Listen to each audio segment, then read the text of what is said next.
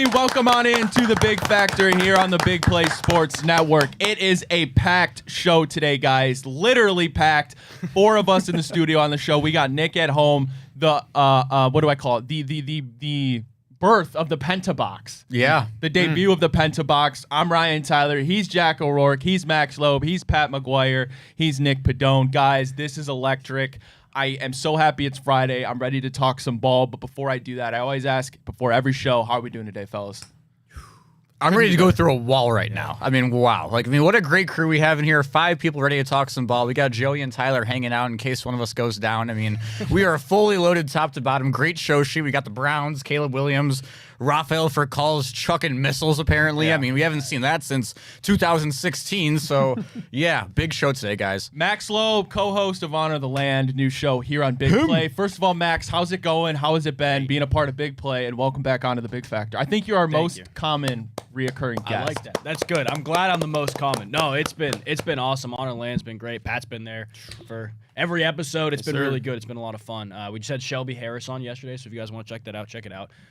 But it's been great, and just in the football world in general, this is probably the busiest mid-May has been in the NFL world with schedule release, all the rookie mini camp, the Caleb Williams stuff, Aaron Rodgers dilemmas, things like that. This is the busiest it's been, at least that I can remember, in a few years. So it's been really, really good, and it's been awesome being on Big Play to be able to talk about the Browns and the other AFC North teams as well. Patrick McGuire, producer of Hanford, Bobby. What else we got on here? Dude, Object of the game, Honor the Land. What's up? How you doing today? Yo, we're chilling. Guys, couldn't be a better Friday. A little McDonald's breakfast, pre-recorded Bobby. John Fanta on the Object of the Game later today. Unbelievable feeling. Unbelievable I think feeling. John Fanta's been on every single show on Big Play. That's the thing, though. So here's the thing, too, is he just had a son 6 days ago. Yeah. Oh, wow. He just got home from the hospital, and the kid's a madman. I was telling Maureen that John is an absolute madman. Nick, gotta respect the game. You're at home. How's little Bo doing? And how are you on this beautiful Friday? I'm sad, guys. I miss you guys, but it sounds like it's packed in there. Is it hot in there? We have Joey, Faf, and Tyler in here as well. I know. So this studio is absolutely insane. cooking right now. All right, we got a show to get to, guys. We're going to start talking about the Browns schedule. It was released a few days ago, whatever it was.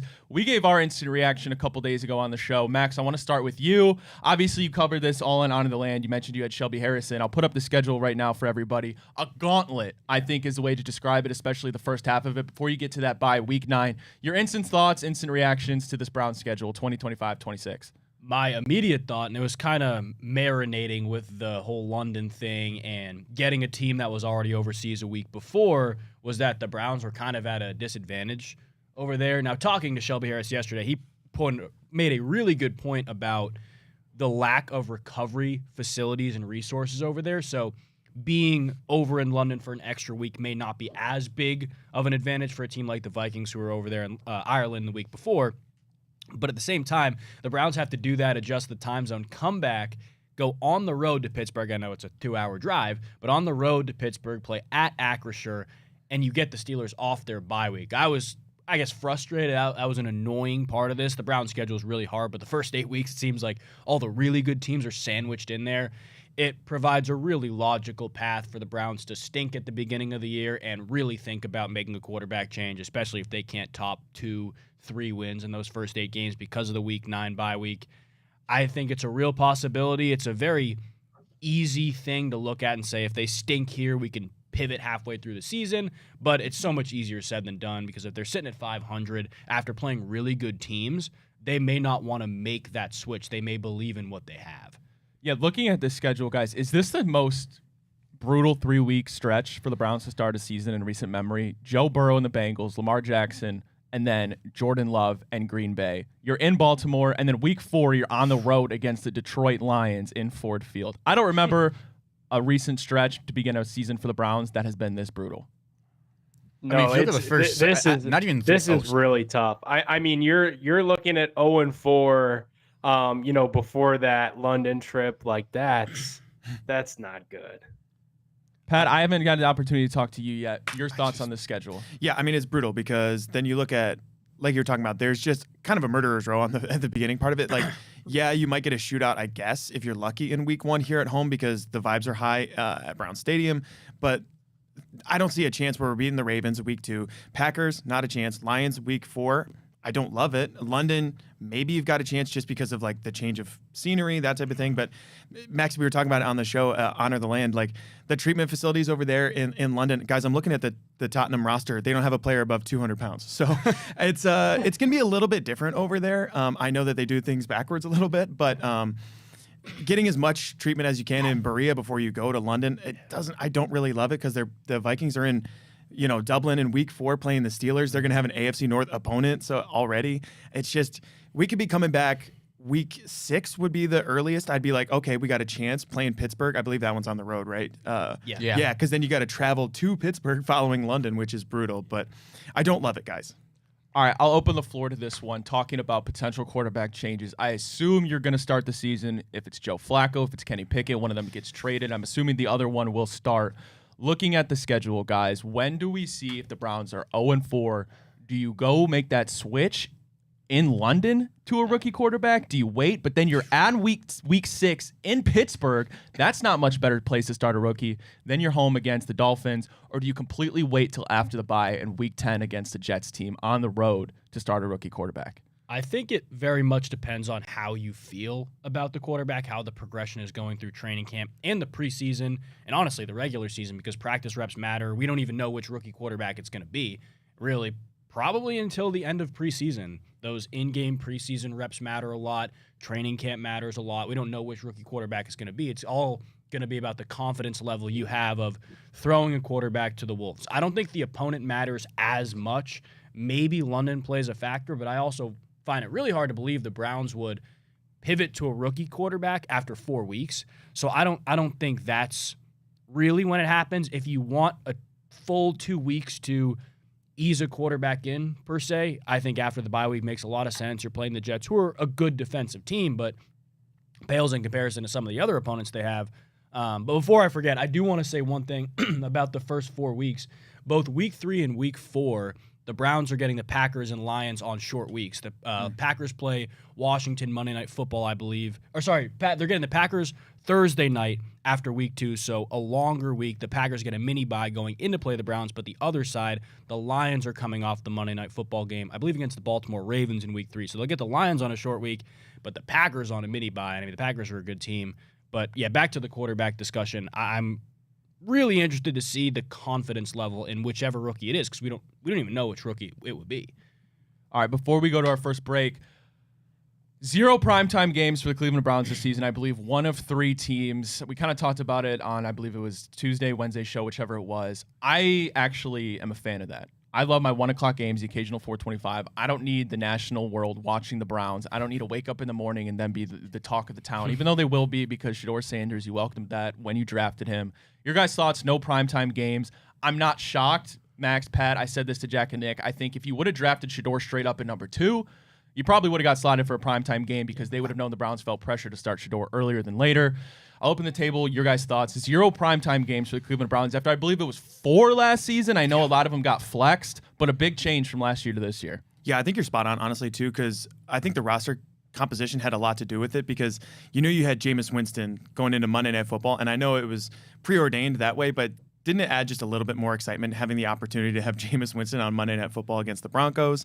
It's just changed with roster composition. It just kind of changes everything. That's why the Steelers got the schedule that they did, to be honest with you, because the NFL, like you said, Max, in one of your reels, that the NFL wants Aaron Rodgers in Pittsburgh. So it kind of depends on roster composition. If Shedeur went at 2, I think we get at least 2 or 3 primetime games. By the way, real quick before somebody else jumps in, that primetime game, Browns, Broncos, Jameis Winston, that might have been the best regular season game of the season. Incredible. It was fun. Yeah. The amount of scoring, you're in Mile High. Jameis is throwing picks left and right, throwing touchdowns left For and right. both Pick teams. sixes. Bo Nix is throwing touchdowns.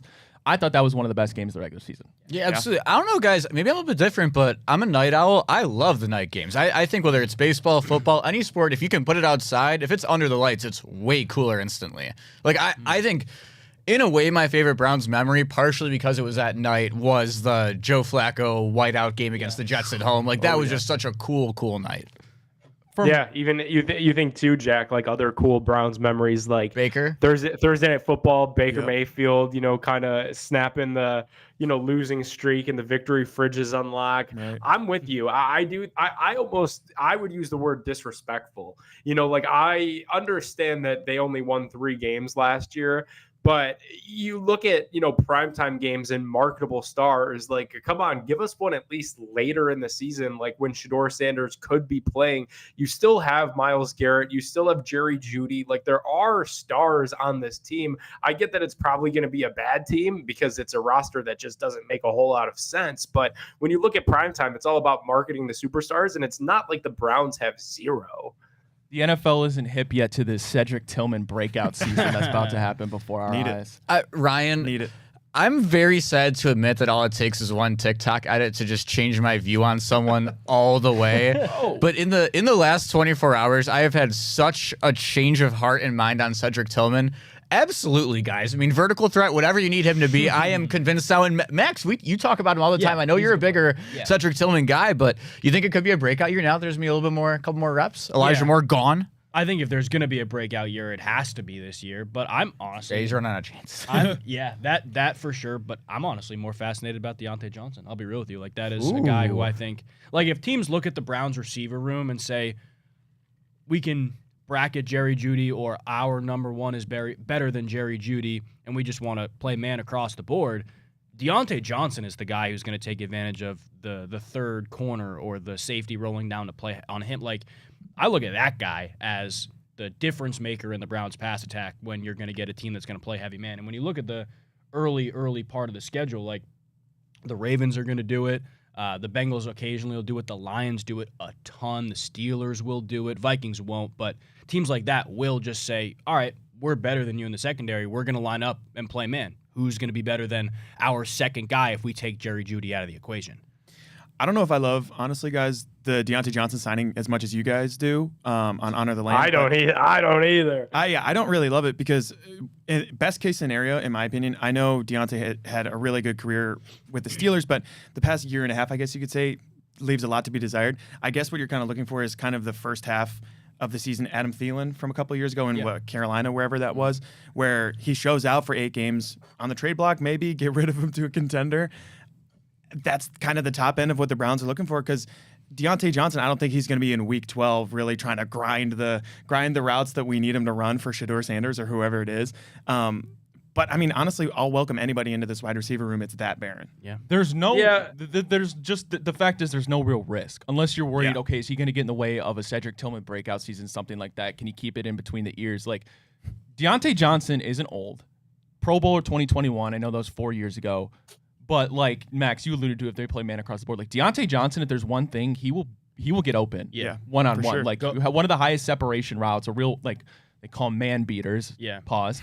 Deontay Johnson, if he still has anything left in the tank, and I think he does, it's a very low risk signing. 100%. True, What's but what the do you see from last year? I mean, that was an right. unmitigated disaster. He's a head case, and that's what it is. True, And but he was comes dropping the from ball too. Pittsburgh. That was very uncharacteristic for him. He was dropping the ball consistently. Well, And two, it just kind of sucks that like the Browns didn't draft a receiver this year, and I felt like, okay, they didn't draft one because they've spent second and third round picks for the last 3 years from Cedric Tillman, David Bell, Jamari Thrash. Like, I want to see those guys. Like, are those guys NFL players, or are they just fragments of my imagination? We're never going to get to see what they actually can do on the field because we continue to have these guys like Amari Cooper, Deontay Johnson, Elijah Moore, like these roadblocks in front of them that like everybody wants to say so much and bring the pitchforks out through the season that Andrew Berry can't draft a receiver. Well, like, I would like to know. I would like to find out if he could. And I feel like I can't if I can't get Jamari Thrash on the field.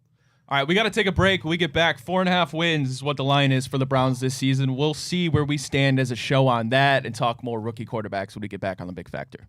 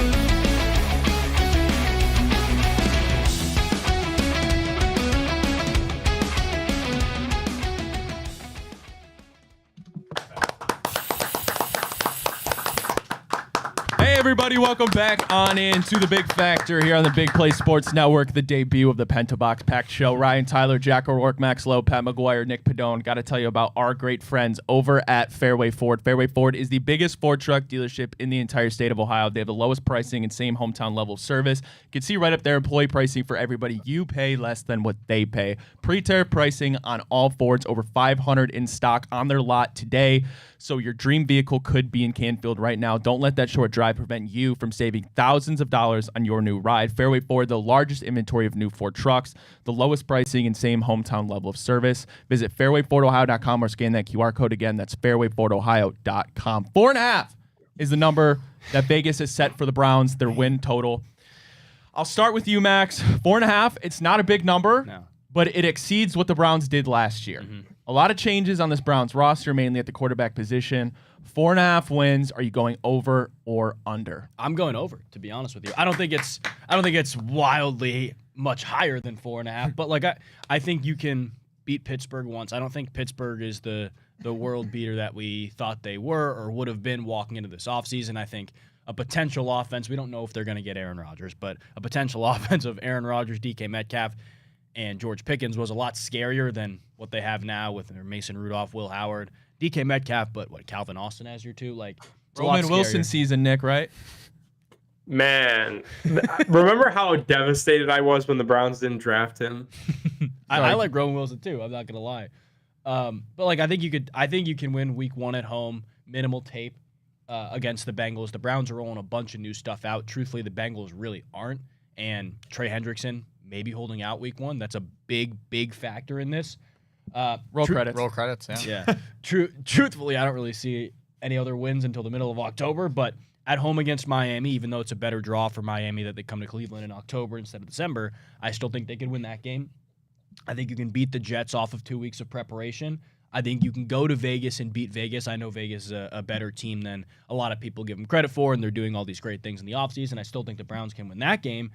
At home against Tennessee, at home against Pittsburgh, and then potentially a meaningless game in Week 18 against Cincinnati. That's 7. So that doesn't include any other games that you look at, like the Bills or the Vikings, the Packers at home, where you are the inferior team, but maybe you put up a better fight. I don't know. I think 4.5 is a little too low for a team that's good up front and honestly could be good up front. Both sides of the ball, can run the ball pretty well, and has a good defense. I don't think we are putting enough credit into the Browns defense in games like that for them to keep it close against good teams. All right, Pat, 4.5. Not a big number, but it is a big number for the Browns, all things considered. What do you have him at? I'm taking him over, honestly. Just talking to Shelby Harris yesterday. You're drinking the Shelby Kool-Aid? I'm taking the Shelby Kool-Aid because, honestly, talking to him yesterday, it reminded me so much of how we're going to be leaning on the Jim Schwartz defense. And that's where it comes out, like you're saying, Max, in the divisional games. Like, I think we can take 2 off the Steelers for sure. So if I think we can take 2 off the Steelers right there, I think we can get week 1 at home. That's 3 right there. We're basically there. I'm going over.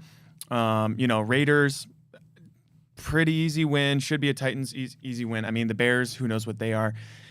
That could set, 6? So I think that's pretty comfortably over. I don't see them anywhere above 7, though, to be honest with you.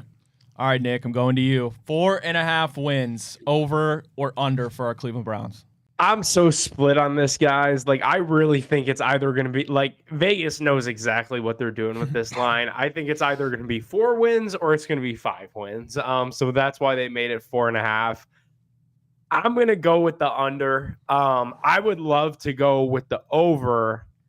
I just think that in order to hit the over, you need Joe Flacco to pop off, and I don't think he's going to get the chance to do that because I think you look at this schedule, and if he's even the week 1 starter, you're staring at, probably an 0-4 start. Then you go to London, and maybe that's your first win. I just can't find 5 wins on the schedule that I feel fantastic about. So I'm going to say under as of right now, but we could clip this Friday, May 16th at 10:30 in the morning.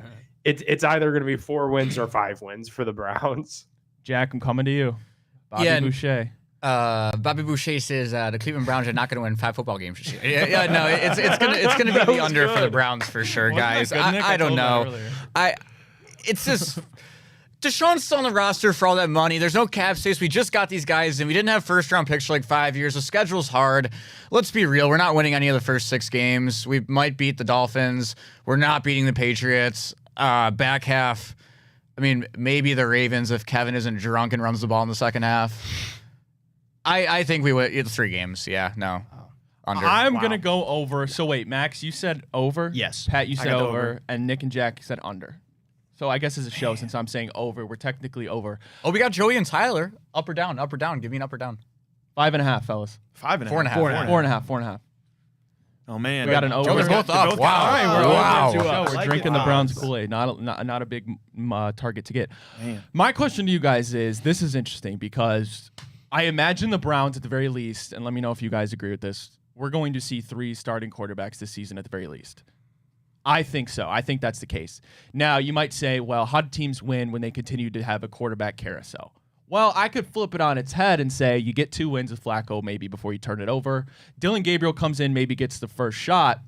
Well, there's not a lot of tape on Dylan Gabriel there's no tape at the NFL level. And then if you flip it again, there's no tape on Shador. I think they could squeak out a couple wins with the rookies. You add 2 with Joe Flacco, find 1 elsewhere. I'll go over, although I'm not super confident. I guess I will say, there's Ryan, no to tape that, on Nathan to Peterman that, either. to that point, I do think there's something to be said just about addition by subtraction. Like just the fact that it would be anybody other than Deshaun Watson has to be a Huge. good thing. Oh, 100%. Huge. People still think Deshaun puts fear in the defense. Somebody once told me that, and I thought that was absolutely outrageous. I won't Fear say who in it one was. specific way. Won't say who it was. All right, fellas, we'll end the Browns talking about this. I think the easy answer is Dylan Gabriel, who gets the first shot once the starting quarterback is inevitably benched. It's got to be Dylan Gabriel because Shador just has to come last in the umbrella. It doesn't make sense any other way. It's kind of like the Brian Hoyer, Johnny Manziel in a way. No matter if Joe Flacco is undefeated or loses every single game, you're going to hear people clamoring for Shador Sanders specifically and not Dylan Gabriel. So you have to run Dylan Gabriel out there before him because I don't know. It's going to be messed up. Why do you draft 2 quarterbacks? That makes no sense. Like even if Dylan Gabriel gives all the right answers, which he has, like you're going to pit them against each other, and they're like one of them is going to get way too short of a leash as a result. And it's going to be the wrong one. I don't know. It's unorthodox, but the Browns need to do something unorthodox. Everything that they've done original or mainstream hasn't worked for them. I'm fine with having 2 rookies battling it out. I think it's good for competition. I think one will rise to the top, hopefully at least one of them. And we talked But I about feel this like it's worst case never- scenario. If you don't, well, guess what? You got 2 firsts next year. Like people always say like the RG3 and Kirk Cousins example, which I get, but that would have never happened if RG3 didn't get hurt, which I get. But like, so in terms of like guys being healthy and getting equal shots, I don't know if it's even possible to draft 2 quarterbacks in the same draft and give them a fair go. I'm going to say we see Shador Sanders first. I think he had the better showing at rookie minicamp. I think that Shador Sanders being good and being a franchise quarterback is just more likely than Dylan Gabriel being a franchise quarterback. And that's not a slight at Dylan Gabriel. Dylan Gabriel could be a backup quarterback for this organization for the next 4 years. And maybe if he has to start games at some point, that's a guy that you throw another contract to remain your backup quarterback. But I think when we're looking at ceilings and we're looking at Super Bowl contention windows and we're looking at a player that would prevent the Browns from using their 2 first-round picks next year on selecting that franchise quarterback, it's got to be Shador Sanders. I think Shador Sanders is the only guy on this roster that could prevent the Browns from taking a QB next year.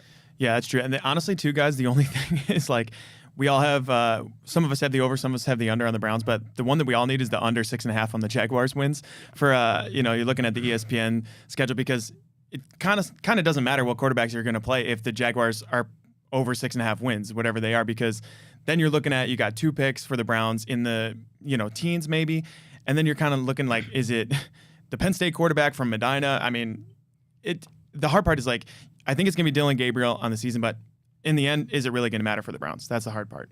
I also think it's going to be Dylan Gabriel this year. I think just looking at what he's done at the college level, and obviously college and pro are 2 different things, but number one very clearly was unapologetically the Browns guy, with Shador Sanders on the board in the 3rd, with all these other quarterbacks available potentially after. They took a more aggressive swing at Dylan Gabriel. We've heard Nathan Zagura talk about him a bunch, how much Kevin Stefanski likes him, how he could have just been the number 2 overall pick if he was taller. Height really has not been a huge issue for him at college. But I also look at his ability to just pick something up on the fly. He's never had worse than a 4-to-1 touchdown to interception ratio anywhere he's been, whether it's UCF, Oklahoma, or Oregon. He's stepped in year one in really all 3 of those programs, I guess, and immediately been really good. I trust him, and from what I've seen, to pick up a system really quickly and put it into action really quickly.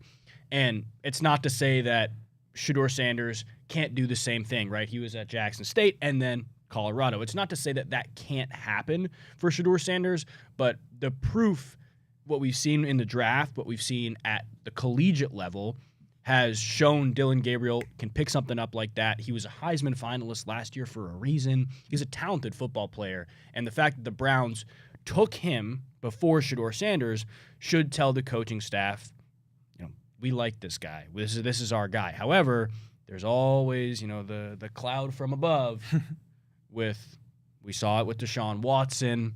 We could see it with Shedeur Sanders saying, no, you need to play this guy. At least that's what it seemed like to a lot of people. So I think if Kevin Stefanski has the decision, it's Dylan Gabriel. If there's a power from above, it is not. The thing about Dylan Gabriel that just scares me, and again, I don't know as much as you. Everything you said makes a crystal clear sense in my mind as to why the kid should play. But sometimes you get one little ick about an athlete and you'll just never get over it. He pretty much lost the job to Jackson Arnold at Oklahoma, and I just can't get over that. Like, they kicked him out of town, and I understand it worked out at Oregon with a great roster around him and $20 million in NIL to help him out like Will Howard had. But Jackson Arnold's not even going to start at Auburn this year. And we took him in the 3rd round. I don't get it. Jack, and nobody had a 3rd round grade. No one. Like nationally, people were saying 6th round, 7th round. There were people that had him as an undrafted free agent, which, okay, maybe that's a little bit disrespectful. And we said it all throughout the draft process, with talking about guys that we liked, is it only takes one team to take you. And Dylan Gabriel, could we call it for what it is? The Browns gave Dylan Gabriel a top 100 guarantee. They put their neck out on the line for this dude. But what they should not do, and if they do it, I'll be the first one pounding the table, calling them out on it. Just because you were obsessed with this guy because he's smart, because he says all the right things, he's good in the meeting room, good on board work. If he's at practice and he looks like crap, if you can't develop him the same way you couldn't develop Dorian Thompson-Robinson, and you roll him out there on any given Sunday and he looks horrible, call it for what it is. That's a reach on a draft pick, and that's another Andrew Berry flaw. So they better be 100% sure that their pre-draft conviction of how much they loved him was correct, because if you play him on a Sunday against NFL talent, you better be right, and you can't have another DTR scenario, or else the guys above, the black shadow above, will be telling Andrew Berry, hey, maybe we don't trust you, fella, to develop quarterbacks. Hey, Kevin Stefanski, the 2 guys that you've loved were DTR and Dylan Gabriel. You don't get a 3rd crack. 3 strikes, you're out, pal. All right, fellas, we got to take a break. When we get back, you see a story every day that just makes you think, what the hell is going on? This seems like a Florida man story. Rafael Furcal, former All-Star shortstop, charged with aggravated battery with a deadly weapon and throwing a what? We'll talk about that when we get back on The Big Factor.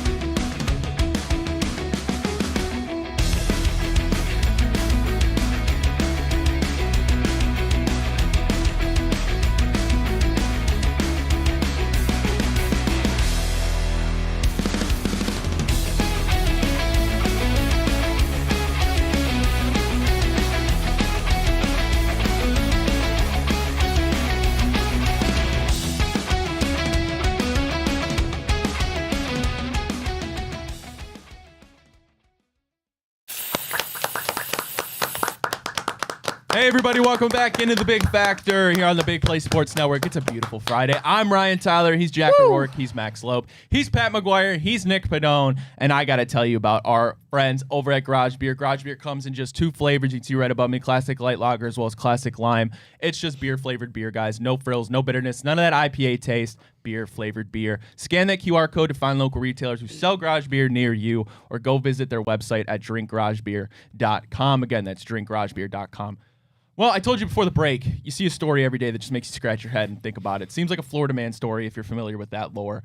Rafael Furcal, did I say that right that time, Jack? Yeah. Furcal, former All-Star shortstop, charged with aggravated battery with a deadly weapon and throwing a missile into a public or private dwelling. That's according to Broward County Court records. Guys, I looked up the definition of a missile so we can talk about this. A missile is an object which is forcibly propelled at a target either by hand or form of a mechanical weapon. When I think of missile, I think of like an RPG, right? Yeah. I think of like a grenade or something like that. Well, he threw a missile, and I don't know what this missile is, but I imagine it's dangerous. I have a lot of thoughts on this, and I don't even know where to start. A of all, if now you can get in trouble for throwing missiles in public, Shadur Sanders, the SWAT team's coming for you, buddy. Be careful this year, okay? Wrist up. But along with that, though, what the hell could it have been? Like, what does anyone have an initial thought even of, like, what did he throw, a javelin? Like, what is he doing in public? Yeah, I did, like, how do you even procure a missile? Like, if I wanted a handgun, like, I know I could, in the good old U.S. of A. here, especially in Ohio, I know I could leave my house today, and I know plenty of places where I could go purchase a handgun, a rifle. These things are readily available, but who's selling missiles is, I think, what we need to solve as a show. I'm gonna go on Facebook Marketplace real quick. Real quick, I just want to say these stories write themselves. I promise you, I had no pre-knowledge of this. Just looked it up. This took place in Florida. Of course. Yeah, South Florida, too. So I'm reading the New York Post article on it right now. Under Florida statute 790.19, a stone or other hard substance would produce death or great bodily harm is considered a missile. So, like, if you throw a big rock. So he stoned someone? It could be. Wow. I mean, don't know I haven't other- sene that since, like, BCE almost. Yeah, Like, it's been a while since that was a the method. Stone Ages. Yeah, I were guess talking too. popes. Like my second thought, if it wasn't like an RPG, I thought like some sort of like homemade firework thing. Interesting. So you think he could have Like a projectiled mortar, it, not like a- thrown like a it, or did he for mortar. sure throw it? I think he threw it. Yeah, it sounds like he threw it. I'm looking at it. Also says he attacked somebody in a truck. I don't know. The 47-year-old told Z101's Tenchi Rodriguez, I don't know who that is, that he hit a truck driver in the hand with a rock as he was being attacked with a knife, though official details of the incident have not been released by authorities. So this is all word of mouth right now. So this could be Speculation. self-defense. Yeah, Jack, our resident baseball guy, tell me about this guy. Was he good? Yeah, Was he good Rafael enough? Furcal. Was he good enough to throw missiles is my question. As an infielder, yeah, playing specifically on the left side, was going to throw missiles. Rookie of the year, 3-time All-Star. I believe he had a nice 16-year career in the bigs. So nothing wrong with that. Jack, over under war number. Oh, What do you for think his career? What do you think his career war number was at? Oh, It's more than you think. okay. It's more than I think. I'm going to go 33. 39 and a half. That is really Yeah, impressive. dude. That means he made way too much money to be fucking around throwing missiles at people. Truly. in Wait, the year, in the Big Loeb, 25. you said that it was a rock. Yeah, the article said this. That's what, at least that's what the definition is. It's a stone, and then you go down and it says, somebody said he hit a truck driver in the hand with a rock as he was being attacked with a knife. Because my other thought on this was, remember the story that I don't even remember when this was. This probably had to be like between 5 and 10 years ago. I think it was Corey Kluber. There was like a coyote in his yard and his kids were playing. Oh, and he took a baseball and just fastball right to the ribs of the coyote, and it killed it. Yeah, dude. 2016. So maybe he threw a baseball at it. Could you imagine coming back from the World Series in 2016? You're like, oh shit, man. Like I lost game 1, lost game 4, couldn't get it done Lost in game game 7. Yeah. couldn't get done a game 7 in December of 2016. You're like, I'm gonna kill a coyote with a baseball. That's in what world? Like newest Cleveland Guardians employee, by the way, Corey Kluber, but. Just the weirdest shit is happening right now. Yeah. So, how about like that? Like I remember people were like, yeah, not like, honey, go get my baseball, not my bat. Incredible. Just give me the ball. I'm gonna rifle it right at this thing's ribs. Jack, you wrote here, what is the most badass thing to get arrested for? This might be up there. Well, because here's my thought now. Because I was caught up mentally on the hand. And how he hit him in the hand. It had to have been a covering up, like going to cover his face, got a piece of it, right? Yeah. So he probably tried to like launch a because it says it's only a second-degree rocket felony. It's only a second-degree felony apparently. So is 1 or 3 the worst? Third degree? I don't know honestly, but it's the middle like one. Burns or no? It's the middle one because South Florida is so different. Like it's a completely different world, like you're saying, Ryan. It's GTA 6, bro. Yeah, honestly too. And Broward County specifically, I have family that lives down there. I cannot tell you, it is like you were in a completely different world. It's not part of the United States. It needs to be cut off and go into the Atlantic Ocean. Because honestly, it is already. But like, if we could cut it off around Disney World and just like shove it the rest of the way, that'd be great. Maybe we should. We were talking about who we're sending to there. Alcatraz. Maybe we just send Broward County to Alcatraz. I'll take the Panhandle. Yeah. Yeah, we might have to build a bigger prison. All right, we got to take a break, guys. When we get back, Kathy Engelbert, WNBA commissioner, she says that Caitlin Clark is the most popular athlete in all of America. I want to get these guys' thoughts on that when we get back on the Big Factor.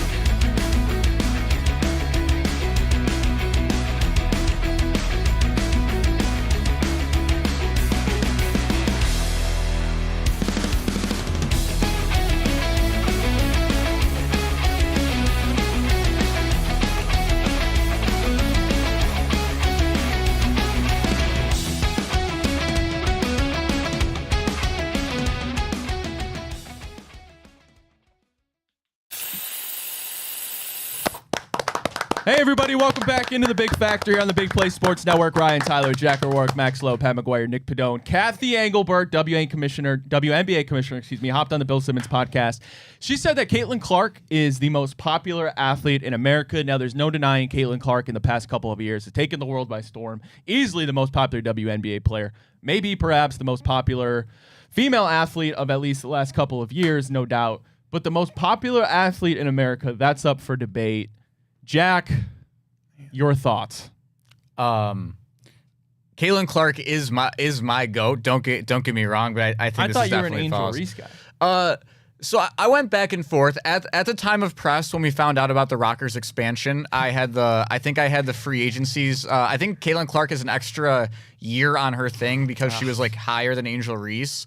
So I thought Angel Reese would be the one that we could get, but actually it is Caitlin Clark, and I would rather have Caitlin Clark. And who did we get in a debate about? Or it was APJ. Me and Dave got in a debate with APJ, a heated debate about who's better, Caitlin Clark or Angel Reese, because APJ is Angel Reese guy. By the way, even though Caitlin Clark is just swishing it from 45 feet out. He said Angel Reese is better than Caitlin Clark. Yeah, I believe that. I don't want to.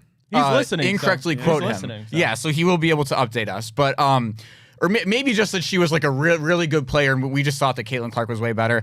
But regardless, off topic, if LeBron James is alive and breathing, which I believe he is, and this is just absolutely false. Well, guys, I did a quick Google search, and this is according to Google AI, so take it for what you will. This says, any guesses, by the way, this says is that in the United States, currently considered the most popular athlete?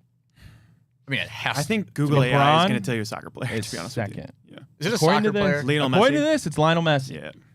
That makes sense. I mean, the worldwide, I don't know if in the United States it's actually true, but worldwide, I think they're giving it the benefit of the doubt. Google AI, you can't really trust it very much anymore anyway. But the way that South Florida, we were just talking about it a second ago, the way that South Florida and, the soccer community abroad, like across the United States went insane when Messi came here you can't really discount that. I think it's still LeBron, but you can't discount that too. Right on the money. Got the text from APJ. He says, I never said she was better. I said she was a good player, and you guys were saying otherwise. Yeah, we're Team Caitlin Clark in that one. Yeah. Max, is Caitlin Clark the most popular athlete in America? The world needs to know. No, I think during March Madness 2 years ago, she was. Like, I don't think there was a debate. It's all about the time period that you're in. I agree, Jack. As long as LeBron James is alive, breathing, I don't even think it has to do with him playing. Just like alive and breathing, he's going to be the most popular in America. Hot take for you guys: the next, I'll say, month, most popular athlete in America, Anthony Edwards. I like that. Yeah, Wow. I think we're starting to see it now, especially with the younger generation across social media. This is a social media age. Everybody loves Ant. They love how he goes about his business, and they love who he is on the court. So I think he is up there. It's tough with the soccer, the worldwide impact, but I'm curious, what do you guys think? I'll ask everybody here.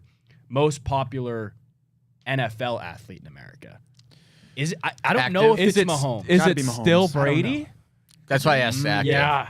I think it's still Brady, man. Especially considering the public divorce, Yeah. being yeah. part of the ownership group with the Raiders, The roast. the roast. I think And he's it's just Tom That was Brady. I think it's Broadcasting, how are we forgetting about that? and I still think it helps the fact that Bill Belichick's in the spotlight now too. They're always Yeah. They're connected. staying relevant. Yeah. Nick, is Caitlin Clark the most popular athlete in America? Nick, is Caitlin Clark the most popular athlete in America? You know, I'm with you guys. I think it's LeBron. I think right now LeBron James is the most popular athlete in America. But if it weren't for LeBron, I think there is a very strong case to be made for Caitlin Clark. Either way, she's not even close to stepping into her prime. I also think that there's something to be said that right now in the Big 2025, the world is ready to wrap our arms around a woman, to be the face of American sports. And like when we get to the next Olympics, like Caitlin Clark on Team USA, that's going to be must-see TV. And when we get to that point, she will be the biggest athlete in American sports. There's also something to be said too, and I saw Stephen A. took a lot of criticism for this take about Cooper Flagg. There's something to be said about the fact that it's a white woman. I really believe, and like the Cooper Flagg is going to have the same thing as a United States-born white man. You just don't see a lot of that in basketball. Yeah, no, that's very true. I was about to ask something, and I completely forgot. I had a thought though. How much further? Maybe I'm wrong about this. I also think Shohei Ohtani has to be way up ahead of her, right? Because you pull the international and American effect. That's true. Yeah, it's just I just think Caitlin Clark is much more like if you were to be if you had 100 people run into Shohei Ohtani in an elevator and 100 people run into Caitlin Clark in an elevator, I think more people would know Caitlin Clark. Oh, absolutely. No, you're definitely right about that. So yeah, that point proven. She's more recognizable, Guys, what are your thoughts? I hopped in the trade machine yesterday. Straight up, it got accepted. Jared Allen for Haley Van Lith. Ooh. Okay. Nick is like, come on now. He's out of here. All right, we got to take another break. I think it's a good trade, personally. We got to take a break. Are we sending somebody to Alcatraz when we get back, Jack? Do we have someone? We don't. I guess Got one by default. we'll figure it out during the break. We'll be right back. Okay.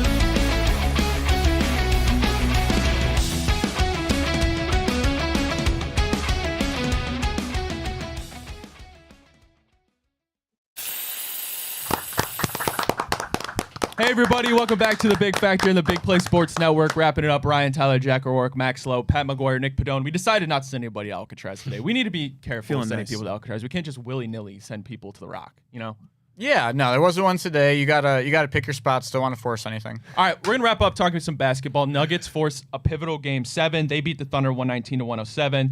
The game we really want to talk about is we have Max Lowe here wearing a Derek White Show that shirt. off.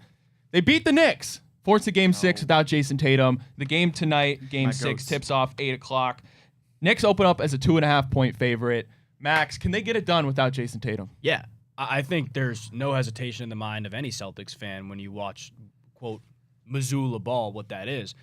All it's going to take, and you can clip this and come back if I'm wrong, all it's going to take is 30-plus from somebody not named Jaylen Brown. We saw it with Derek White in Game 5. Peyton Pritchard had a great game in Game 3. I don't think he reached 30.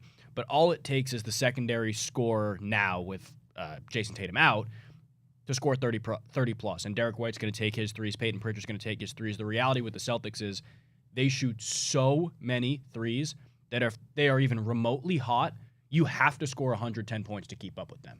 And the Porzingis thing is really odd. Anybody know what's going on with that? No, Nobody does. It's been a disease, I believe, since March. I hate the conspiracy.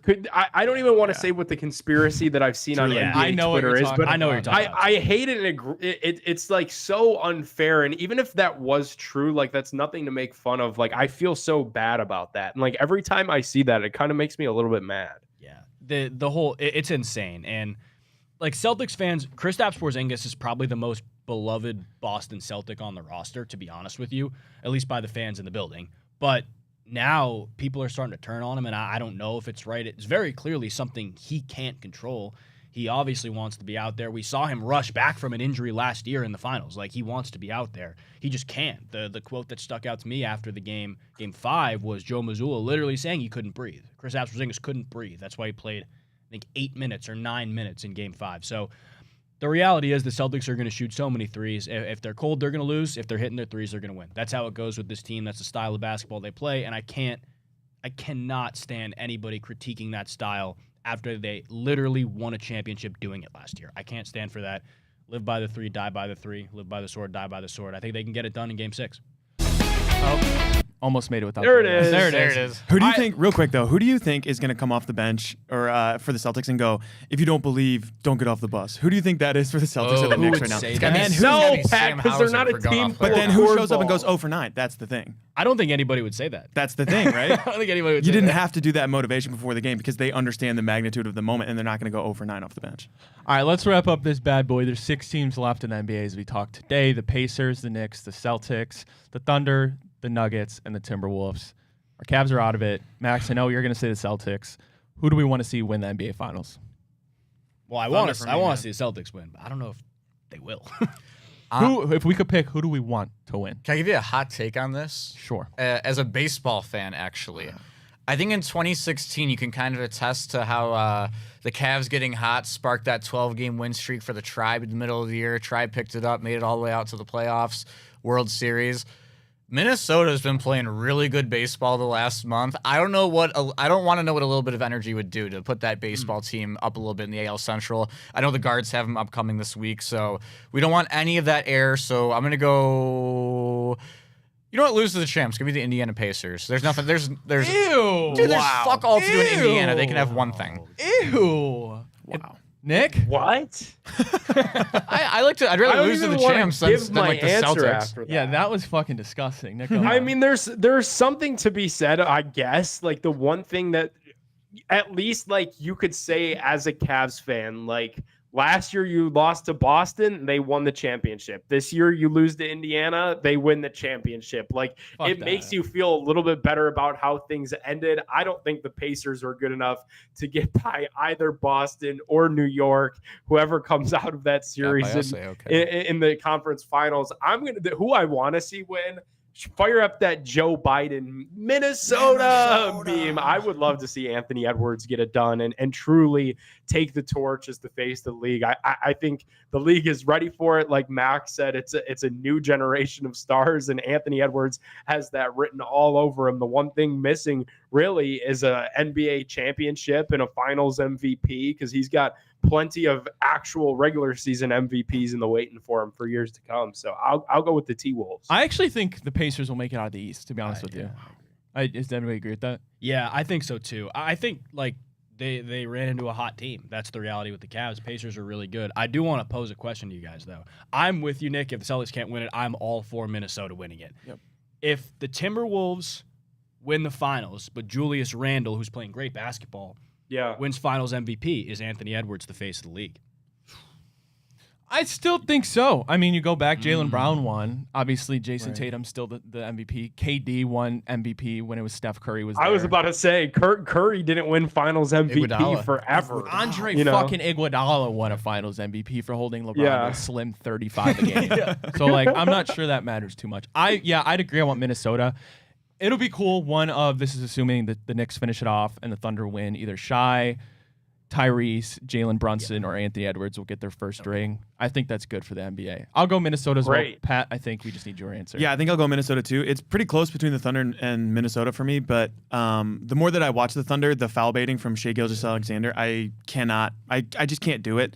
Jalen Brunson's the same way. I think it's just kind of shitty basketball to watch. And I think Minnesota's fun. It's kind of interesting to me talking about Anthony Edwards, though, because for some odd reason, he's been able to walk that fine line of being able to talk massive shit all the time to everybody and also still be kind of a beloved figure in the NBA, which is pretty rare. He's the closest thing to Michael Jordan. Yeah, I agree, too. Honestly, that is such a great comparison because there's also other conspiracy theories related to him that way. But it's so funny because Him and Butler. But he's like the truest dog in the league, I think, right now. So I'm rooting for him. All right, well, we'll see. NBA season going to wrap up soon. Fellas, this was an electric Pentabox Friday. I'm Ryan Tyler. He's Jack O'Rourke. He's Max Loeb. He's Pat McGuire. He's Nick Padone. Appreciate everybody tuning in. Huge shout out to Garage Beer. Huge shout out to Fairway Forward. Have a wonderful, wonderful weekend, and we'll be back Monday. Same people, maybe. Same time. Peace out.